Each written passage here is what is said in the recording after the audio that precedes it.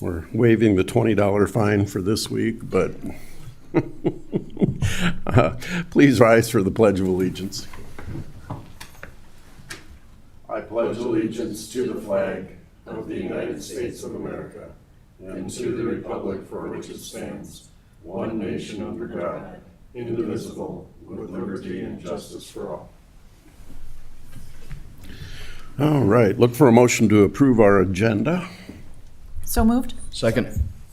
Motion and a second. All those in favor say aye. Aye. Opposed, same sign. Motion carries. Consent agenda. Anybody from the public that would like to comment on our consent agenda? All right. Commission, want to pull anything from the consent agenda? All right. Look for a motion to approve. So moved. Second. Motion and a second. Call the roll. Kipley. Aye. Heisey. Aye. Weinberg. Aye. Benega. Aye. Karski. Aye. Motion carries.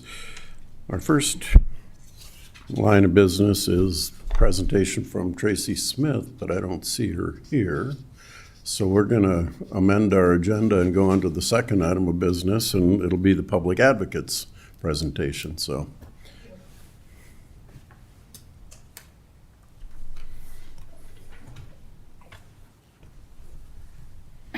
Good morning, Commissioners. Julie Hofer and Mark Cady here to represent the Public Advocate's Office today.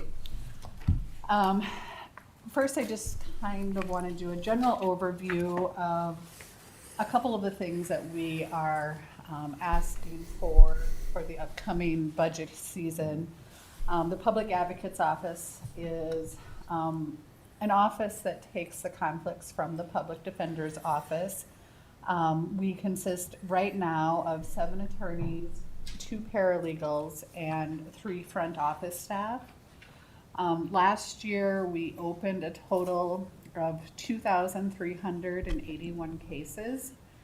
We are asking for another full-time attorney position for the next budget year, and we have a couple different reasons for asking for that.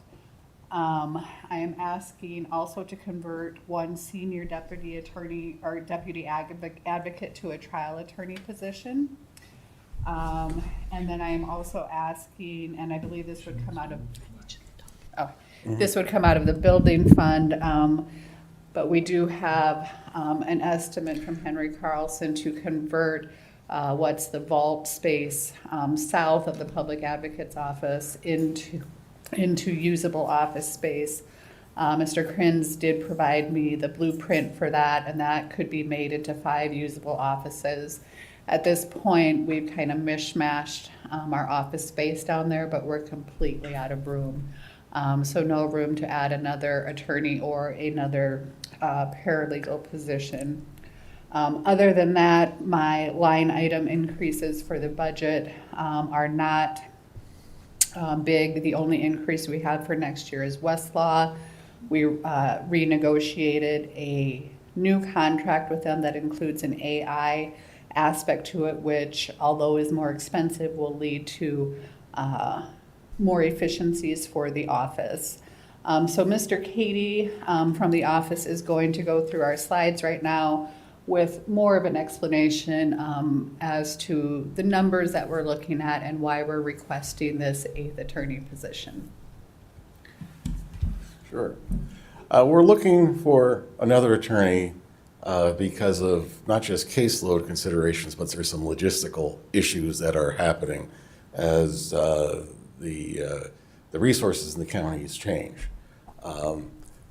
We've noticed some changes over time in our abuse and neglect caseload.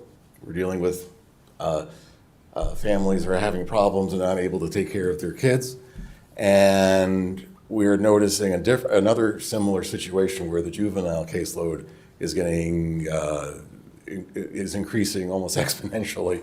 And so that has been different with the way our office is currently set up and how we've assigned cases. Now, back in 2021, the abuse and neglect caseload took up in a little bit over 4% of our overall caseload. And then in 2024, that increased up to 5.3%. And we started seeing some other interesting changes in terms of when cases were cases being open and cases being closed. A&Ns are different from other kind of criminal cases and civil cases. They are very document intensive. They involve a lot of witnesses, and it takes a long time to get through those documents. And hearings can, where you're finally disposing of a case, if the court has to make an unfortunate decision as to the permanency of the parent-child relationship, those hearings will take multiple days. They will. And they take a long time. And so you have the situation where most A&N cases take over a year to get done. I would say that's the vast majority. The courts have been tightening that down a little bit and trying to get them resolved more quickly, but they still just tend to linger around longer than any kind of criminal case usually. A DWI, that's done in about, that could be like 3 months and you're done with all that. But we noticed back in 2021 that we opened 117 cases, and by the end of the year, we closed 109. That's because cases linger, and they take more time to do. And going forward, we noticed 2024, it's up to 126, and yet 98 cases were closed because it just takes longer to do them, and so they tend to linger, and they're more work for the person assigned to them. And if we look at the comparison of resources between our office and the public defender's office, it's interesting.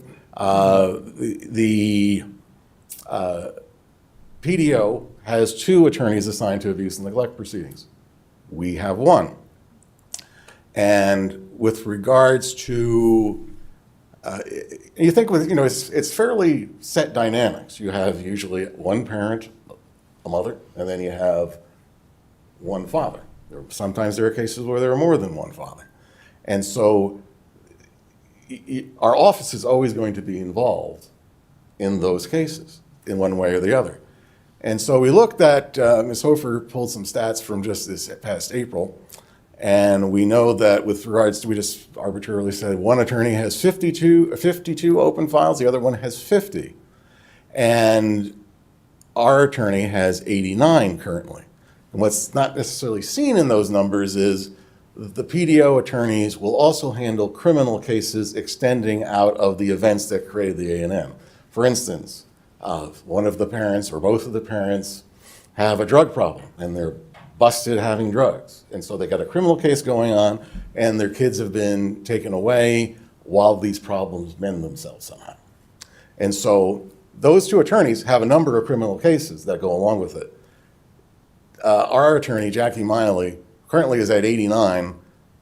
About last year, the same time, that would be like around 130 because she would also be getting the criminal cases, and it was overwhelming her. And so Ms. Hofer, who is the program director and has a number of administrating tasks, is taking those cases, in addition to all the stuff she has to do. And so that just becomes trying on the office trying to just be able to cover everything. And so that's why we're looking for another attorney just because of that one topic. But we've got another topic that's going on. Juvenile delinquency caseload, that has gone up significantly. In 2021, the overall caseload that consists of juvenile delinquency cases was about 3%. So, and so at that point, I think the number of cases opened was 76, and the number of closed in 2021 was 71. And then things started to happen. And like the number of cases increased and the type of cases increased. Before, you have a juvenile car hop and someone wants to get in the car and see if they can get some money. So if there's a car that has an open door, they're going to go in and take what they can get. But that began to expand. if they don't just, some kids just don't look for money. They'll look in the glove compartment and see if there's a gun there. And then they'll take it. And then that expands to their friends. Let's bring some friends along and do all this. And while we're taking the gun and the money, let's just take the car too. It just kept expanding. And the number of suspects per case kept expanding.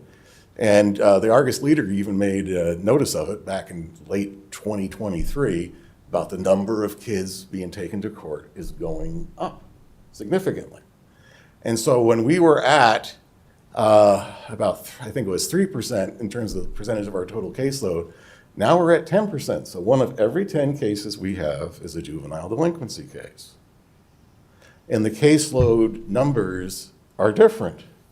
Before, it was in the mid-70s, the number of cases per year. Last year, we opened 265. And we closed about 268. And it just, it was a slow thing that kept creeping up on us. And then we were noticing how certain things get blocked out. There was a study done by the Unified Judicial System about caseloads of criminal cases, A&N cases, and things of that nature. And there was one statement in that whole big document that kind of always stood out to me, is that the caseloads go over what the standards say you should have. Once they go above that, it creates a concurrent conflict of interest as an attorney is forced to choose among the interests of various clients by what case they're looking at that time. And they all get less all the way around. And the question is, does it go too far that they're not getting enough? And there's an incident that happened about a week or so that I'm not too happy about, but it was one of those things that just kind of catches up with you. I had a serious felony hearing last Monday afternoon, I believe. And then all of a sudden, just shortly before that week came around, another juvenile hearing popped up at 3:30. My other one was scheduled at 2:30. I knew it was going to be detailed and involved.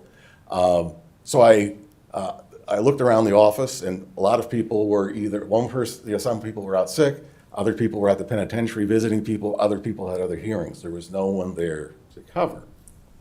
And so I alerted the judge. Judges actually in our circuit are very patient with people showing up late because they know that we're often doing many things at the same time. And so I emailed the person, judge, and I said, hey, I'm going to be late, so please take all the other cases first, and I'll try to get through as soon as I can. I couldn't do that. I had to send my paralegal who was in the courtroom with me. I just had to wave her over and say, you got to go down and say they have to reset that hearing. And that's very, very hectic, and it's the other, the other client probably got a bad impression of that, and rightly so. But at that point, because of certain dynamics, there wasn't anything else I could think of to do at that point. So that's an example of what that statement is talking about, is that some people just get crowded out. And in the future, in the presently, but more so in the future, there are certain logistical challenges coming that address doing juvenile juvenile delinquency caseload work. And it's, a few years ago, back in 2021, everything was done at the courthouse, pretty much. And so if you have some other kind of hearing in a different type of matter, you go from one courtroom to the other. But that is becoming more difficult as we go into the future. Here's a little map that shows you what's going on. We can conveniently go from this building to that. That's great. That's very convenient, and that's great. And then we can move around within the courthouse to get to where we wanted to get to. And we have to walk across to the jail now, but that's okay. It just presents a different situation if you're suddenly having to go from downtown to the Western Avenue area. And juvenile cases currently require a frequent presence at the JDC, not just to meet with clients who are in custody, that's a given. But there are 2 days presently out of the week, currently Tuesday morning and Friday morning, where cases are scheduled to deal with people who are in custody. That has the benefit of not having, I remember back in the late 90s, they would just put them in a van and bring them down to the courthouse all the time. You don't have to deal with that, the transportation costs, the security issues, if we go there. And so that's what's been happening on those 2 days out of a week. But the new juvenile detention center, once it's complete, will have a courtroom within it where all juvenile proceedings will happen. So whoever's doing our juvenile work, we'll have to make some adjustments as to who's actually doing it. We don't really know that at this point, but we'll adjust. We'll be there Monday morning, Monday afternoon, Tuesday afternoon, Thursday, all day. They usually have adjudications on Wednesday, so everyone else doesn't necessarily have to be there. But we're gonna have to be there to handle basic hearings for in-custody people and out-of-custody people as we move forward into the future. And the juvenile detention center is nearing completion. I'm sorry. Oops. Now I'm getting it to where. All right. So basically, in terms of the math, we employ 7 attorneys right now, and we process a caseload according to all the standards and what we've been going with for years now. It's for 11 attorneys. And so I appreciate you giving us some time to talk with you all, but we could use some help. We could use an 8th attorney. Let's see what we can do then. So I thank you. Right, and I obviously agree with Mr. Cady. We have a group of very dedicated attorneys within our office, thankfully, and they have many years of criminal defense experience, so we are able to handle this caseload, although it is stressful at times. But due to the situation with the abuse and neglect cases and with the juvenile cases, we are at a point where we are asking you for another full-time attorney position so we can handle those cases in an efficient and competent manner, and also have the attorneys that can pay attention to the misdemeanors and the felonies. I did attach my annual report, which I believe may have been sent or last week. But any questions for me? Before we go to questions, we do public input on agenda items, so any public comment on this agenda item? Okay, I'll turn it over to the commission for questions or comments. Mr. Chair. Risey. No, you're Kipley. Thank you. I appreciate the report, and as a liaison, I guess Gerald and I have gotten a little bit more detail, but could you expand a little bit upon when we have a couple, for A&N cases, having a couple attorneys assigned to those in the public defender's office, having only, I don't like single points of failure when we only have one person that's assigned to those. Can you expand on her role to this point and her any succession planning, retirement eligibility, things like that, where we're kind of at a pivot point where we need a plan for an extra attorney in A&N world? That is correct. So just to start with, the numbers that were presented here were brought to my attention by Judge Howman, who was concerned with Miss Miley's caseload, not that she was not capable of doing it, just that it was a very high number of cases that she was handling. Miss Miley is a very experienced criminal defense attorney. She has done abuse and neglect work for the county for many, many years, originally with the public defender's office, and then she did transition over to our office. So it's because of her experience and her efficiency in handling these cases that she is able to handle the 89 cases that she does have. In terms of, I'm not sure about retirement or succession, but yes, we need to get another attorney in there that can learn how to do these types of cases.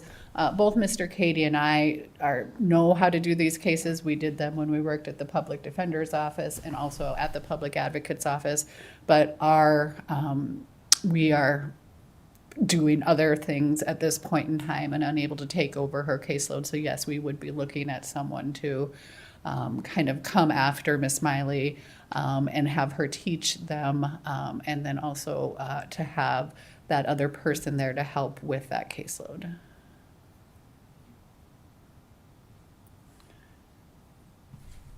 Commissioner Bleinberg.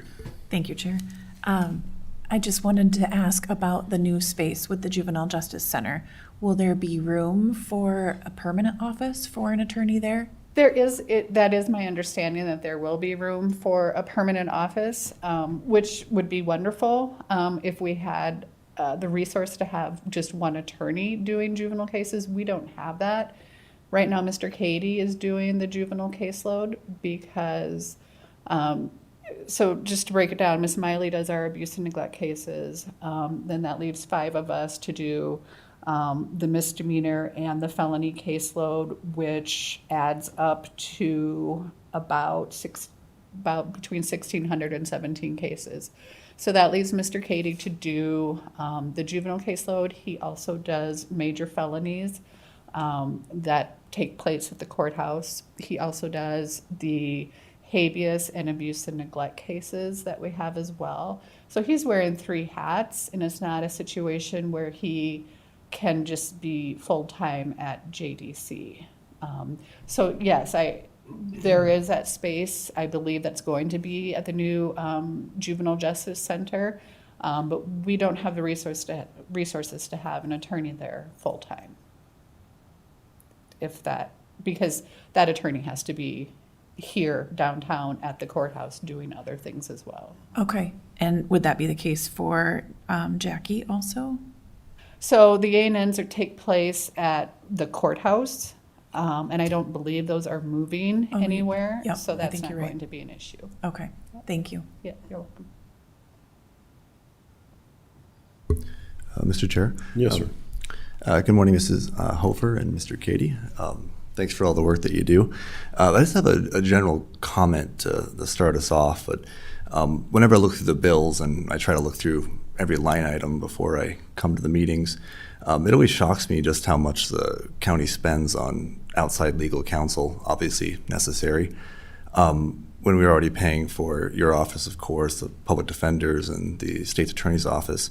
And with the public advocate's budget around $1.5 million approximately, and the cost of legal counsel just trailing that figure at $1.4 million, it's almost as if we're paying for another fully staffed office. And I'm sure that's the result of the complexity of the cases. But being a new commissioner and fairly new to how this process works, I wonder if you could describe how the judge appoints and in what circumstances the judge appoints outside counsel. I see a number of law offices and attorneys being utilized. Sure. So the judge will appoint a private attorney in a couple of different ways. There could be the cases that we see the most are, say, 5 people are in a car that gets pulled over, there's methamphetamine in the car. So all 5 of those people get charged with possession of methamphetamine. So each of those people come in, they apply for a court-appointed attorney. The public defender's office takes 1 person, we take the 2nd person, and then the other 3 people will have to go out to private attorneys.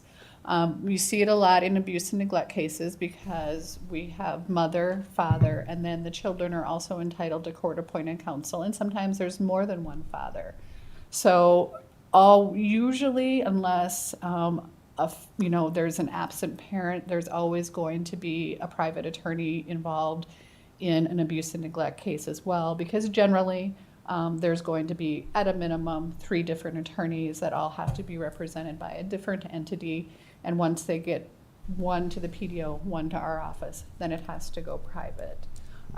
There are other situations, where it's just not co-defendants, but that create conflicts within both my office and within the public defender's office.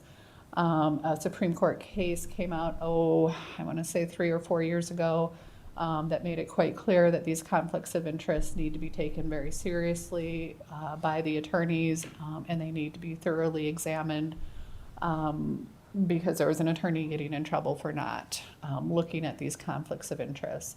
So that's a case that we look at and go by in terms of what a conflict is. So, Thank you very much. you're welcome. I guess my question is probably involves your liaisons as much as it involves you, but I know in my 9 years working with the public defender as a liaison, we talk a lot about, and you reference quite frequently the national standards and that type of thing, but, I hate to go to the most expensive solution. Where are you for legal office assistants, and legal secretaries, investigators? I mean, are there positions that you could have within your office, within your structure, that would allow attorneys to do attorney work so they don't have to be a secretary? So I'm going to ask you to work through your liaison. I'm going to count on them as much as you to convince me that the need is as you say it is. So just kind of a heads up to the way I process this type of thing. My question regarding office space in the Juvenile Justice Center was a lot like Commissioner Bleinberg, so I appreciate you answering that question. As a matter of procedure, if a juvenile gets arrested, let's say in Mitchell or Huron, and they are incarcerated at our Juvenile Justice Center, their attorney from that judicial circuit has to come down here to represent them? And are they transported back and forth from here, or are all their hearings in our courts here? I mean, is there some economies of scale or some arrangements that, one of our offices could be providing legal representation to juveniles that are accused or arrested for crimes in other communities? And I can probably let Mr. Katie speak to this more, but it's my understanding that with juveniles, it's a little different in terms of jurisdiction. Oftentimes, juvenile cases, the jurisdiction will go to the county of residence. Yes, that's the primary determination that seems to drive things. They have more flexibility in where the venue is. The state does in terms of where they're bringing their case. So they're driving the juvenile back and forth to wherever it's not being taken care. No, I think what happens, and I'm not an expert on juveniles, but so if we have a juvenile resident of Minnehaha County that gets arrested in Davison County, Mm-hmm. I believe that Minnehaha County will be the ones prosecuting that juvenile. So it's based on the residency. Right, so it's completely different than adult court. Okay. And the same thing, again, if they're a Davison County or Brown County resident and they're arrested in that place, they're still incarcerated here, but there's a lot of logistical work between attorneys and that type of thing. And that's, I guess, some of my question is, is there an opportunity for us to collaborate with other counties on legal defense? And that's opening up a whole different ball of worms. Maybe it has a lot to do with Commissioner Kipley's work with, a third office for conflict cases and that type of thing. But just trying to think outside the box here, I guess. Yep, right. And I've spoke with Commissioner Kipley, or we've had some meetings about, and I think just looking at this point at Lincoln County, nothing set in stone, but it's something definitely to explore. Mm-hmm. Yeah, we unfortunately house juveniles from 16 different counties, I think it is. So, yeah. So, all right. That's all I have. Any other questions? All right. Thank you very much. Thank you very You much. bet. We're going to jump back to our Public Defender's annual presentation. I owe Tracy an apology because I messed up our meeting for 8 o'clock this morning, so I think we got that figured out now. But good morning, Tracy. Good morning. Tracy Smith, Public Defender's Office. I have the annual report, including in the presentation materials as well for 2024. If you could go to the next slide, Drew. The next one, thanks. Just generally for starting off, public defense is providing legal counsel to those who can't afford private counsel. It's guaranteed by the U.S. Constitution and state law. We are licensed attorneys. The Public Defender's Office opened in 1981. Right now we have 27 attorneys, 3 investigators. We also have 6 legal office assistants and an office manager and 7 paralegals. We also are, have a public defender advisory board. We're overseen by 2 attorneys that are selected by the presiding judge for the Second Circuit. We're overseen by 2 county commissioners, Commissioner Karski and Commissioner Cole Heisey. We also are supervised by Ryan White, who's selected by the county commission, and then 2 private attorneys that are selected by the presiding judge of the Second Circuit. That is currently Mr. John Henricks, who's a private attorney, and retired Judge Patrick Schrader. The role of the advisory board is to advise us. We meet quarterly, and they advise us as to personnel matters. We go to them for community concerns. They make recommendations to the county commission. And then if we have concerns related to equipment, technology, purchase of software, they are the ones that are my boss or oversee us, and we go to for recommendations before coming to the county commission. The procedure for requesting counsel, there is an income verification. It goes to the court first. We don't select our clients. The judge reviews their application. Typically, either they can fill out an application at the courthouse, or typically as at first appearances, when they're making that first appearance within 24 hours of their arrest. The billable rate at this time is $120 an hour, despite what a lot of people think. Court-appointed attorneys are not free. If it's not ordered as part of their sentence or as part of probation that they pay their court-appointed attorney fees, or as part of their parole, the county has, the law allows for the county to place a lien on the applicant's property to allow them to recover the costs for every bill for the cost of their court-appointed attorney fees. So it is income-based.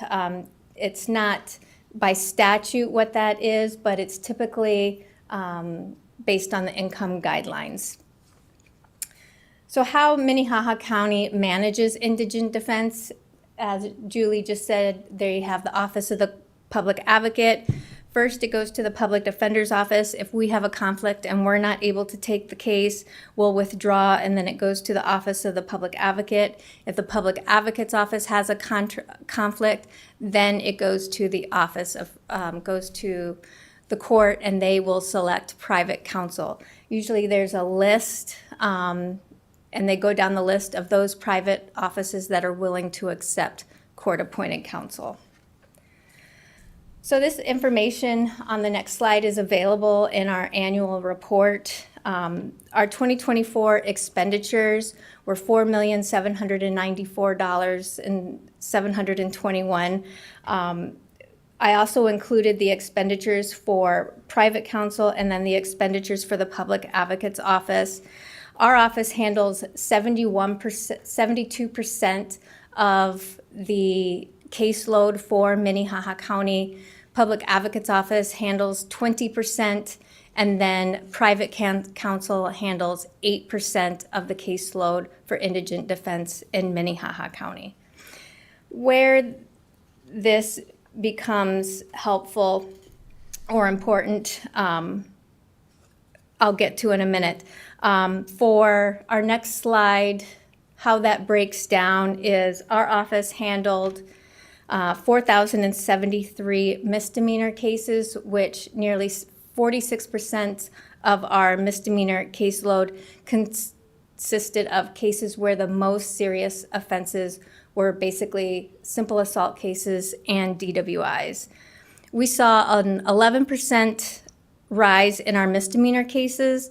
Most notably striking about this was that we saw an over 2,000% increase in unlawful occupancy and trespass cases, which was very, I would consider these cases nuisance offense cases. A lot of our cases, which would consist of these, were situations where people are going in into jail and out of jail. They're not typically the cases that you would see people being held in custody for a long period of time. They're cases where they would make their initial appearance in court.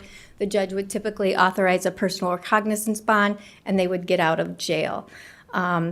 We saw a 3% decrease in our felony cases, Those it consisted of 3,097.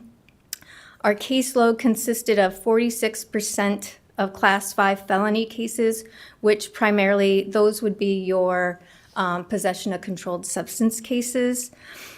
Those cases we saw were taking a little bit longer to resolve. I wouldn't say that those cases are going down by any means. I think because we experienced some staffing shortages, retention difficulties in the last year, those are just taking a little bit longer for us to resolve. For our civil and miscellaneous cases, we saw 1,353. Most notably there, almost half or 46% of those were miscellaneous offenses. Those are clients charged with probation violations. Those are the type of cases where people are presumptive probation, getting out of jail, getting on probation because it's a minor, low-level drug offense, but then they're coming back for violating probation, typically typically for not staying in touch with their probation officer. Not something that I would say they necessarily should go to the penitentiary, but they may need a higher level of probation. So that's why I would stress the importance of our treatment courts. We have DWI court, drug court, veterans court, and mental health court. We have an attorney that's specifically assigned to help with those courts. If it weren't for the Second Circuit having these programs, these are the type of individuals that would typically be going to the penitentiary, although they definitely are not those individuals who necessarily impose a danger to the community. They are people who need community support, treatment, mental health support services to keep them taking their medications, housing, and that goes back to the 2,000% increase in your unlawful occupancy and trespassing cases. These are people who definitely have addiction concerns, mental health concerns. We are seeing situations where the people who started using methamphetamine at a young age are now aging out. We're seeing the long-term effects of that. They are people who are older now. They have a lot more health problems because they have been using methamphetamine for a longer period of time. They've lost that familial support, and they are now ending up with dementia. So they're now having co-occurring disorders, and that outpatient treatment program might not be as useful. And so I think that is why we're seeing a higher number of probation violations, and these treatment courts are very, very important. Juveniles rose by 4%. I would agree with what the Public Advocate's Office said about although our increase was only 4% this year, I would note that the striking increase we saw last year, where our juvenile offenses surged by 89%. And I would agree with what they're saying as far as those cases take longer to resolve. And that's why maybe for us this year it wasn't as high, but last year it just really surged for our office. Tracy, what is this slide referencing? Go back. So if you see it's hard to see on this slide, but if you see where I outlined the levels of juvenile cases, probation violations, and A&Ns, and then I break down the different types of offenses. I think it's just harder to see on this slide, but all that information is in our annual report as well. Is that what you asked? Okay. So the bar graph just references what's on the It's in the graph? annual report as well, Yeah, if you want more okay. information. Okay, that's fine. It's Thank hard you. to see on the slide. I apologize. The next slide would be a little bit of financial highlights. This is the cost per case information over the last 5 years. And for 2024, the annual cost per case for the Public Defender's Office is $431. For the public advocate, it was $695. And then for every case that had to be sent out to private, because neither of our offices could take it, cost the county $1,300. In 2023, every case that had to be sent out to private counsel was an average cost per case of $1,569. And then for public advocate was $636. For our office was $589. We're seeing more and more as cases have to be sent out to private counsel, it is so much more expensive. When you figure that our office is handling, 72% of the cases, and only 8% of our cases are going out to private counsel, that is a huge cost to the county. We are projecting over the next the next 5 years that there's going to be a 36% increase in expenditures for the cost of indigent defense in Minnehaha County, or 7.2% per year. If we can be more strategic in how we are handling our cases in Minnehaha County, try to keep more of those cases from ending up in private counsel. When you consider that the cost for public advocate handling cases, the cost is about the same for public advocate, the cost for public advocate handling cases and private is about the same amount of money. The same amount is allocated to public advocate as private, but the number of cases being handled is significantly different because private is only handling 8% of the caseload. It would be much more economical if we figure out a way to keep more of our cases in-house, figure out a way to be more resourceful so that more of those cases, whether it's contracting with Lincoln County, whether it's contracting with a private office, whether it's being more strategic in how we are dividing up our cases between public advocate and public defender, so that when cases are going to public advocate, so that is when 5 people are in a car, we aren't having so many cases that have to go to private counsel. We can figure out a way to save more money, and I would propose that the commission consider that as an option with regard to infrastructure, so that we can have more funding for our offices, is one way that I would suggest that we look within the next year, 2 years, as a way to find more funding for our offices. Looking ahead,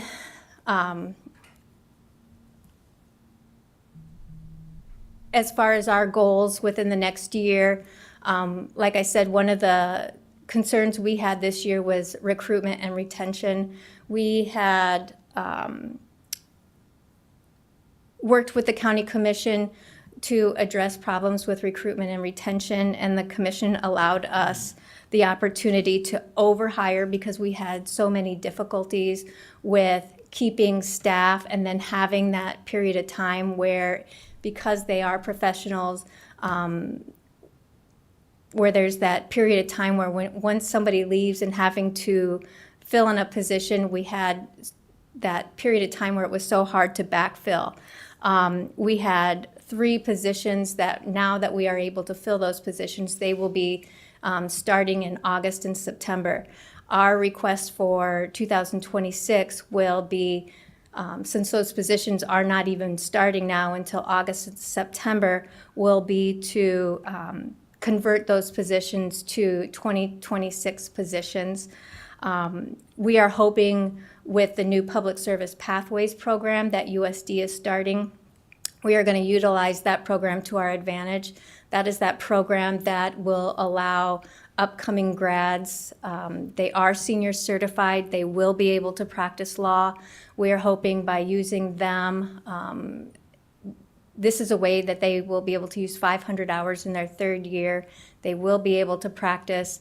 With that program, they will have to for the next 2 years after graduation, work in public service. We're hoping with that program and us working with that program, that will help with our recruitment and retention. We are hiring, well, not hiring, we are accepting 2 students in August. We are going to utilize that program this year as a way to deal with some of the problems that we've had this year. We're also going to be, for our future goals, working with the new office that just opened up, the statewide indigent defense office. We're hoping, since they are going to be taking appeals, that will help us as far as not having to do appeals within our office anymore. That will help us a little bit. As far as goals, we hope to work with the county to assess our current system to ensure that we are set up for future growth. We are working with facilities management and our liaisons to find space. We are out of office space in our office. We are not even sure where we're going to office our new staff when they start in August, so we are looking for space near the county on where we're going to be able to put them. We are also hoping to work with the commission to address this cost per case and hopefully reduce the number of conflicts so that we can keep those funds in-house. And then we're also hoping to explore advancements in technology to improve efficiencies within our office. The commission recently approved us to have justice techs, and we are working with our IT department to see how we might be able to continue that opportunity. I know with AI, there are plenty of opportunities with legal research, case management opportunities, and we hope to continue that as well to see if there are other opportunities for efficiencies there as well. And I'll stand by for questions. Okay, we take public comment before we go to questions. Okay, turn it over to the commission.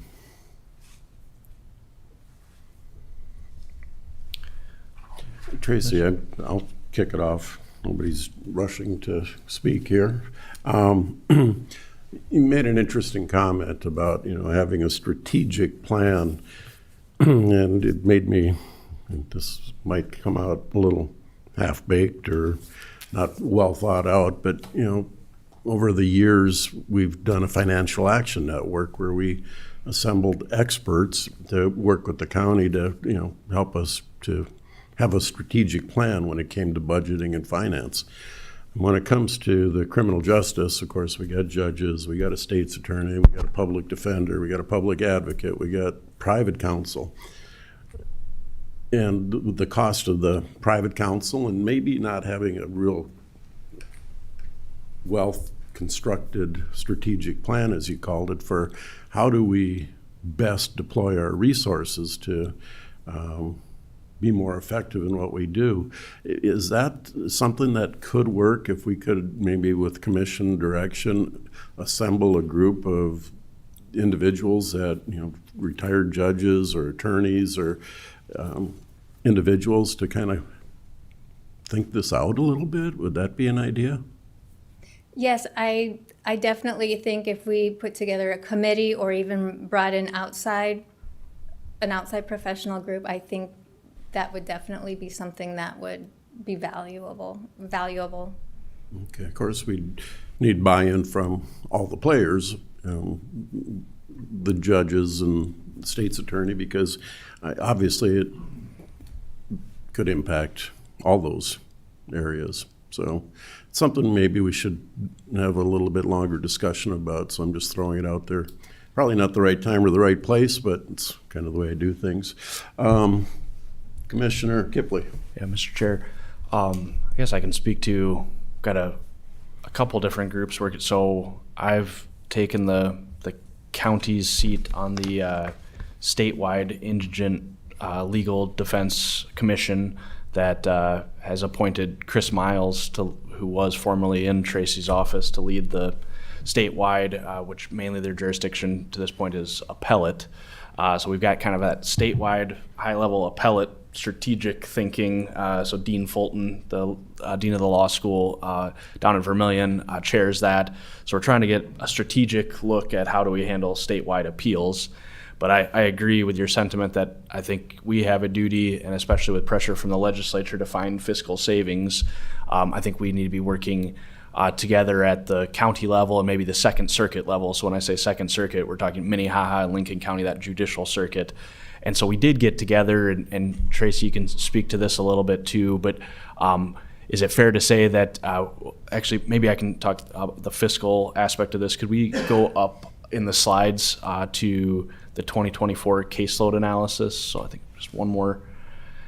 And so this is something we're always looking at as Minnehaha County, but then that light blue on the right, that 850 cases being 8% of our caseload, but then when you see that slice of the pie for the expenditures is quite bigger, so disproportionate to the cases. So back to Tracy's point here is if we could find a way to keep this more in-house, either that primary public defender office, the secondary, that conflicts office, the public advocate office, or it brings up the idea of do we have a tertiary office. And the partnership with Lincoln County comes to the fore because they don't have a first or second line. They go straight to private counsel. So they're, whereas that's just 8% of our cases, that's 100% of our friends in Lincoln County. So they're farming those out. And Tracy, is it fair to say we got kind of a working committee? We had members of the judiciary there. We had Lincoln County. We had Minnehaha County present. But we kind of had to call a timeout on it because we were having, at that point, maybe a year ago, we were having enough trouble staffing our own offices, including Mr. Hager's office, the state's attorney. So we had attorney vacancies in each area of the puzzle here, such that it was hard to comprehend adding a third office. Maybe you can just speak to where we were at about a year ago, and maybe we're in a better position now. Yes, at the time, we were having trouble staffing our own office. It didn't make sense to try to partnership with Lincoln County when we had 3 or 4 vacancies at the time in our own office, and we didn't want to enter into a situation where we weren't on. We wanted to make it successful, so now we're getting to in a much better place. This Pathways program, I think now that Dean Fulton has that running, and now that we are looking to be full staffed in August, I think we're going to be in a much better place to start those discussions again. Yeah, so my follow-up on that would just be remind us of the timing. Those students are third-year law students this fall. It would graduate the spring of 2026 and then would have a commitment to public service for 2 years. So not necessarily your office, but in theory they could go to Julie's office, they could go to Daniel Hager's office on the state's attorney's side, but we would kind of have a lead on high quality new attorneys, and they would have a commitment to public service. Yes, we wanted to accept more. The only reason we only accepted 2 is we didn't have the space. So, Mr. Chair, kind of my conclusion from both the financials and then now our staffing, I think the timing is more ripe to re-enter some of those conversations and see where Lincoln County is in their own budgeting. I know our colleague, Commissioner Gary Drews in Pennington County, is trying to get some of us together to talk about different, how do we work together as counties to find savings, and with, again, pressure from the legislature on property taxes and things like that. I think the timing's right for an idea like what you're suggesting, Mr. Chair, of thinking more strategically about this. And I just don't know that we can do it alone. I think we might need a partnership like Lincoln County, because even if we created a third office to handle some of those 8% of cases, even some of those would still have to go to outside counsel because they're further on levels of conflict. So I think we need the economies of scale of adding another relatively large county to the process. And so that's where the genesis of our initial conversations with Lincoln County have been. And I think we might be at a point now with this Pathways program that we can actually envision, a 3 to 5 year plan of how we would staff up that office and that it would be sustainable. So that's very apt that we had presentations from both the public advocate and public defender office to start thinking about that. very expensive portion of our budget that maybe we could be more strategic with. So that's all I have. Thanks, Mr. Chair. Thank you, Commissioner. Other comments, questions? Mr. Chair? Yes. Good morning, Tracy. I want to say first, I hope you can also forgive me. Like Dean, there was a little bit of confusion this morning, and I will admit mainly on my end. I like that you had reiterated an observation about the cost of private counsel and the number of cases that are handled. I have to wonder how we can soften these costs. And Commissioner Karski and Kipley had brought up some ideas about forming a committee or a think tank. In the meantime, as we kind of work through some of those ideas, and also thinking long term, is simply hiring more attorneys in both your office and the public advocate's office a stopgap, or would that solve the issue in any way? Is it as simple as that? Hiring more attorneys in our offices is not going to address what goes out to private counsel. Like Julie Hofer indicated, we have ethical obligations. If a case is a conflict, there's nothing we can really do about that. If there's 5 people in a car or multiple fathers, they can't be handled by our offices. As our offices continue to get larger and larger and larger, more attorneys, that's going to create more conflicts. Getting a sense of how many of your staff members need additional space, if the county were to explore and decide upon opening some additional offices for your staff, how many staff are we looking at transferring over to the new space? Right now, immediately, as of August 1st, we need at least 3. We already have all of our investigators co-working in one office, and we would like to have them in their own offices. Right now, we have law students, 5 law students who are working in our conference room. So we don't have a conference room, and whenever we have meetings, we have to go over to the Human Services building. So if we could have more space, it would be more ideal if we could have a space for like 9 offices. But it is tight over there. Even meeting with the commissioner liaisons, we come over to this building. We don't have a space to meet.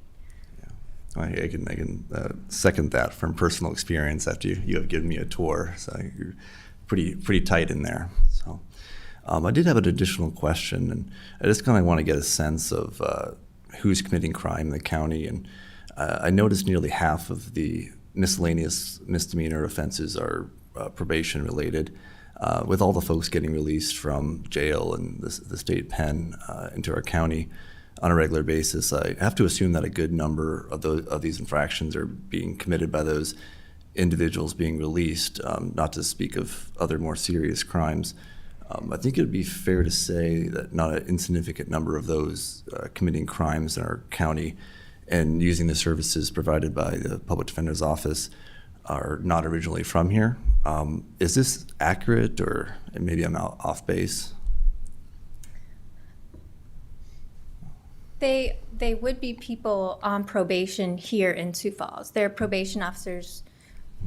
Well, I guess what I mean to say is, say someone commits, I think Brown County was brought up earlier, if someone commits a crime in Brown County, they're sent to the state pen, they're released on probation. Do they have to stay in Minnehaha County or Sioux Falls for that, or do they often do and then are,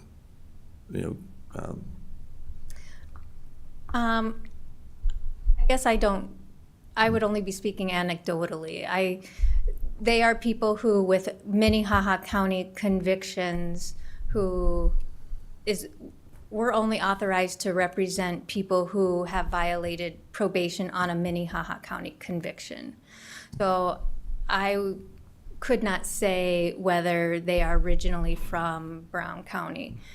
We only represent people who have violated a Minnehaha County sentence. See, okay. And that kind of leads me to my next observation or general comment on, which I wonder if you have thoughts on, or even my other colleagues for that matter. As many of you know, the prison task force is meeting regularly and looking at different sites across the state, and including some even within our county here. I have to wonder what the effect will be if when they decide to build the penitentiary, and how that'll affect us on the county level and the crime rates that we're seeing. I imagine it would follow that crime would go down in the area if state pen were moved to another county or other part of the state. And Mayor Tenhaken, along with other local stakeholders, has publicly come out and said they don't want Sioux Falls to be considered for the new site. For my colleagues in your office, Tracy, thinking long term, it might be worth reflecting about what that means for long-term future caseloads, and that is assuming that the state pen is located outside of Minnehaha or even in a more rural area of the county. I don't know if you have any thoughts about the long-term consequences of where the state pen is built, or if that'll affect your office very much. We do see offenses for people committing crimes in the penitentiary, such as assaults or drugs. As far as safety of the community, I haven't seen anything where the safety of the community is at risk as far as where the penitentiary is built.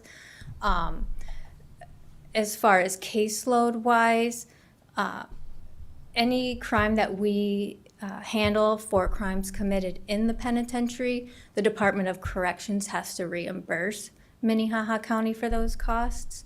So as far as costs to the county, we bill the Department of Corrections for those costs. As far as, just ease of visiting clients, communicating with clients, those cases do take longer because we do have a harder time getting into the penitentiary, communicating, setting up visits. But again, those costs are reimbursed by DOC. Okay. All right, thank you. Let's pick on Brown County Day. Mr. Chair, I'll just add one other observation when we're talking about space. I think that's another point that we're at a strategic pivot point with our master campus planning. And so knowing what types of offices and what county personnel need to be near the courthouse, I would think our public defender and public advocate would be high on our list of needing space near the courthouse. And just this square footage on this campus is pretty valuable.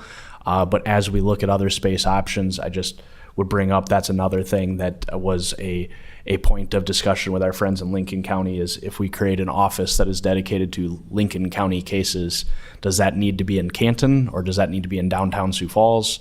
Is there some commuting back and forth? You have to do some appearances at the Canton, the Lincoln County Courthouse.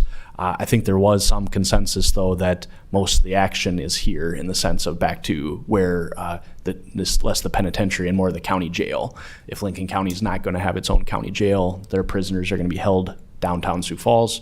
So the defenders defending them would need access to this campus as well. So just putting that on our radar as we go into strategic thinking about master campus planning and do we have enough office space for all of these attorneys and support staff. So that's all I had. Thanks. Commissioner Bleinberg. Thank you. If I could just ask one question. Could you remind us, when you're looking at the caseload numbers, the 8,136, are those unique clients or could one client represent more than one of those cases in a year? We go by court appointments. So every time a person fills out an application for court-appointed counsel, we count that as a case. So yes, it can include multiple cases. So when someone were to apply, they would apply for a specific charge or set of charges, and if they were to reoffend, they would apply again? Yes, correct. Okay. And do you have any idea what the breakdown would be? I would have to look. If we wanted to break that down by specific docket numbers, it would be higher than 8,136. But if a person fills out an application and they have a failure to appear, 2 petty thefts, they fill out 1 application, we would count that as 1 case and count it based on the highest charge. So if we counted by docket number, our case numbers would actually be much higher. Okay. And if you were to count by individual served, it would be lower, assuming that you provide services for multiple cases for sometimes one individual. Yes, if we counted it by individuals served, then it could be lower, yes. Yeah. Do you have any idea how many of those 8,136 would exist with unique clients? I could find out, but Okay, not sure. with me today. Yeah, sorry to put you on the spot. I would be curious to know, just to get an idea of, I think it was to Commissioner Heisey's point, like who are we representing? Sure, I could find out that information. Thank you. Please forward that to each commissioner. I think we all would be interested in that. Do it as a BCC to avoid any open meetings violations. Okay, thank you. Thank you. All right, moving on. Consider a motion to authorize the chair to sign a resolution authorizing the commencement of a civil action. Thank you, Mr. Chairman, members of the commission. Maggie Gillespie, Deputy State's Attorney. I'll be brief, Mr. Chairman. I have a 10 o'clock commitment that I'm overdue for. I'm asking for the board's approval of this resolution to authorize our office to file a cause of action on this nuisance matter to abate the nuisance. I believe that Mr. Hookman is present and was the staff from the planning office on this matter. And I believe that the owners were notified, but I am unsure whether or not they are here today. Okay. Public comment. Do we have anybody that'd like to comment on this commencement of action? Commission, questions? Action. Mr. Chair, just one quick question. This is fairly new territory for me, and I hope I'm not keeping you for your obligations. But as someone not party to the vote last year, declaring this property a nuisance, can I get some clarity regarding the process and what exactly happens if the county wins a civil suit? I would have assumed already that the sheriff would have enforced this. Where does the sheriff play into this down the road? Mr. Chairman? Thank you, Mr. Chairman. Commissioner, thank you for the question. The need for the court order is to access the property. So you're on point, Commissioner, that one of the aspects of this matter is that the sheriff's office, is in need of that order to gain access to the property so that our contractor can get in there and abate this nuisance. What's the general time frame for that? How long do these matters usually take? Well, I anticipate that, I have my complaint drafted, so I anticipate that once that complaint is personally served upon the property owners, they would have 30 days to file an answer, Commissioner. And then if they file an answer, then, we would ask for, an expedited hearing, before the court, because this is a relatively straightforward matter. I can't give the time frame of when I would be able to get a hearing, but I think we should be able to obtain a court order and move this forward pretty quickly. I don't intend on shutting down discussion, but I will make a motion to make a motion to authorize the chair to sign this resolution. Second. Motion is second. Call the roll. Heisey. Aye. Kipley. Aye.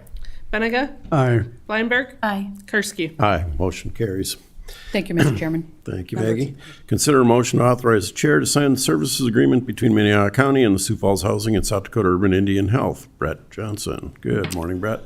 Good morning, Commissioners. Brett Johnson with Human Services Department. If you guys are aware, or you remember, I was before you last month asking the chair to sign an authorization in order to get in a no-cost extension as well as a budget modification for our agreement with Urban Institute and the MacArthur Foundation for our Just Home project, which we've been working on. We've been coordinating for about 3.5 years, gone through the implementation process since April of '24. Our service agreements with all parties end at the end of May, so in 4 days. And through that process, we're working on transitioning the coordination, essentially receiving of referrals, doing intake, and then potential placements for participants with the Just Home program. We're going to transition that to Sioux Falls Housing. They've been a partner of ours through this whole process, certainly with the project-related investment dollars that were brought into the community.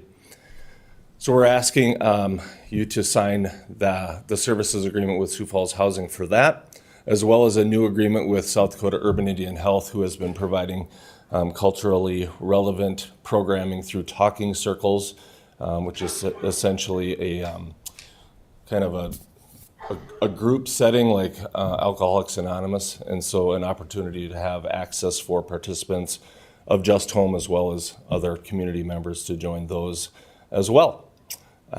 So I come before you this morning asking for a signature from Commissioner Karski to move forward with this request. Public comment on this agenda item. Commission.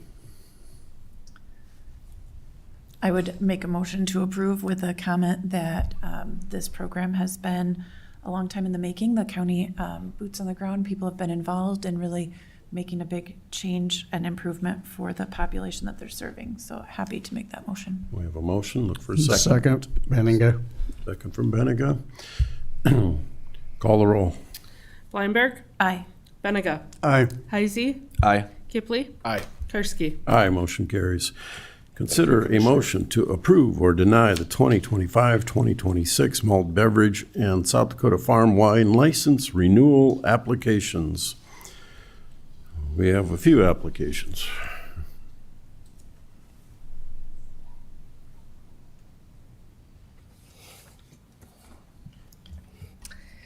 Good morning, Commissioners. Kim Christensen with the Auditor's Office. These are the hopefully last two renewal applications for the 25-26 malt beverage SD farm wine licenses that have been received by our office. Each entity has submitted the proper application and license renewal fee. These were reviewed by state's attorney, planning and zoning and sheriff's offices. There were some questions and those concerns have been addressed by the applicant. As noted in previous briefings, the renewal fees are $300 with $150 staying with the county and $150 going to the state. And I'm also happy to announce that these have both passed the most recent compliance check. All right. Public comment on this agenda item. Commission. Move approval. Second. Motion and a second. Call the roll. Blindberg, Aye. Kipley, Aye. Benega, Aye. Heisey, Aye. Karski. Aye, motion carries. Now we're at the opportunity for public comment. Anybody from the public like to address the commission on any non-agenda item? Moving over to our commission liaison reports. Commissioner Benega. Well, I'd like to indicate that the commission has been dealing with master planning for quite a few months. The commission office has put together an RFP, which includes not only the status of the current situation that we're in, it will also do some projections of longevity of those buildings and frankly also look for forecasting some of the plans that would need to be updated to make sure that we have the growth of the community, the growth of services, and all of those pieces put together. The commission office has done a great job of requesting requests for proposals. We received, I don't remember exactly how many, 8, thank you. Those were narrowed down to 3 interviews. Those interviews took place last Monday? A week ago Monday, whatever. I'm still on medication. The issue is that in the near future, we will be making a recommendation based on our choice of who that person and group will be to do those recommendations. We had representation from the judicial system, from obviously the admin department, multiple departments who frankly were either volunteered or voluntold to be part of that, and myself. Anyway, that recommendation will be coming in the next few weeks, and we'll be able to get that process started, which will take quite a bit of time because it's engaging a lot of people with a lot of departments and a lot of information. So the process has hit, I would say, the start button, thankfully, to the coordination of the admin department. So thank you, Meredith and Tom, for keeping us on track. Any other liaison reports? Commissioner Blindberg. Thank you, Mr. Chair. I just wanted to report on the drug court graduation ceremony that I was able to attend last week. I'm trying to remember, I think there were 7 graduates and a large number of participants there. If you haven't had the opportunity to attend, I would recommend to the commissioners. It's a pretty neat opportunity. It was also Judge Rypel's last day as the drug court judge, and so it was really impressive to see the thanks and appreciation that was expressed by so many past graduates and current participants of the program. So just thinking back to Tracy Smith's comments about how important the alternative courts are, the specialty courts, it's pretty dramatic, the influence it can have in someone's life. So just wanted to comment back on that, and thanks for the invitation. To comment on that, Commissioner, I think most people maybe get a negative implication when they hear the term drug court, and quite honestly, it's 180 degrees from that. It is very positive. Graduation from that is a step in the right direction to sobriety and being a productive member of our society. So, yeah, drug court is not a bad thing. It's maybe started out on a negative step, but I'm sure it puts them in the right direction. So. Yeah, it's a joint effort between a lot of county offices. It's very interesting to see how the state's attorney works with determining who is a good candidate for drug court and who isn't. Not everyone is ready or should be considered eligible, but then when they do select those people, the wraparound services that are provided by so many county employees and circuit court employees, it's very impressive collaboration, and the goal is to try to reduce the number of repeat clients. Other liaison reports? I had a couple things last week. I think Commissioner Heise, you were at the Airport Authority picnic annual meeting. Yep, interesting meeting of the annual Airport Authority, and they talk a lot about the numbers at the airport and the construction and their needs and such out there. So very good meeting last week. Appreciate being invited to that and being able to attend that. Great barbecue. Yeah, good food too. What brings the people. Yesterday, Commissioner Heise and I also were at the Memorial Day service at the Military Heritage Alliance. Yep, at the Alliance, and great program. The speaker was a very interesting individual. He will be 100 years old in November, so he's 99 and a half. Former or veteran of World War II and the Korean War, PhD in communications, and a very sharp 99-and-a-half-year-old individual. He did a great job speaking. Great ceremony. So you just encourage, and it was encouraging to see the number of young people there. But we have the Memorial Day ceremony, then we have the Veterans Day ceremony in November. Encourage attendance for the public at both those ceremonies. Appreciate the military and appreciate what goes on in our community at those places. So, all right, non-action commission discussion. Moving on, we have an executive session, so look for a motion to enter into executive session for the purposes of South Dakota Codified Law 125.2, 134, and 6. Motion and a second. All those in favor say aye. Aye. Opposed, same sign. We will be in an executive session in the training room next door.